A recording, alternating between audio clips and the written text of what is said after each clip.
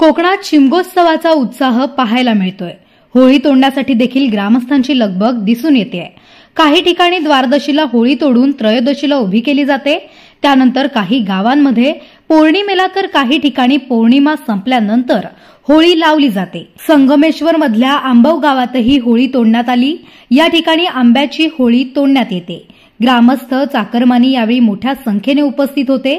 त्यानंतर ही होळी जंगलातून वाजत गाजत आणण्यात आली। पाहुयात। माझं नाव सुरेश गुरव, मी या गावचा गुरव म्हणून काम करतो आणि शेजारी ते माझे सहकारी गावकर आमचे पेंडारे। तर आमच्या परंपरेने असं होळी तोडणं हा आमचा कार्यक्रम होता। आज आमची होळी तुटली, आता ही मंदिराच्या ठिकाणी नेऊन आम्ही ठेवणार आणि उद्याला ती उभी करणार। उद्या उभी झाल्यानंतर आमच्या पालखीचा रुपा लागेल। रुपा लागल्यानंतर आमची त्या दिवशी रात्र तिचा आमची वस्ती होणार। दुसऱ्या दिवशी आमची सांड भरेल।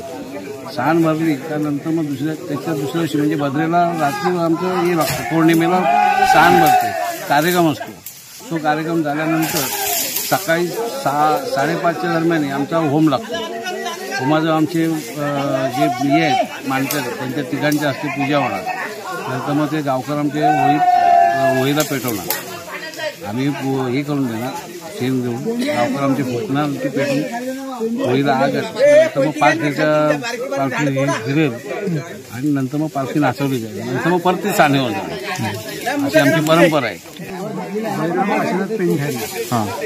आंबोचे मेन गावकर काय परंपरा आहे एकंदरीत? या गावची परंपरा अशी आहे की होळी पहिल्या दिवशी तोडणे, त्याच्यानंतर होळी तोडून झाल्यानंतर जागेवर नेणे, त्याच्यानंतर दुसऱ्या दिवशी होळी सजवणे, होळी सजवल्यानंतर त्याला निशाण लावणे आणि संध्याकाळी 5 वाजता होळी नाचवून होळी उभी करणे।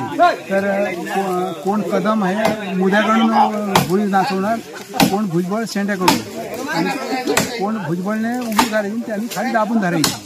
अशी परंपरा आहे पूर्वीपासून।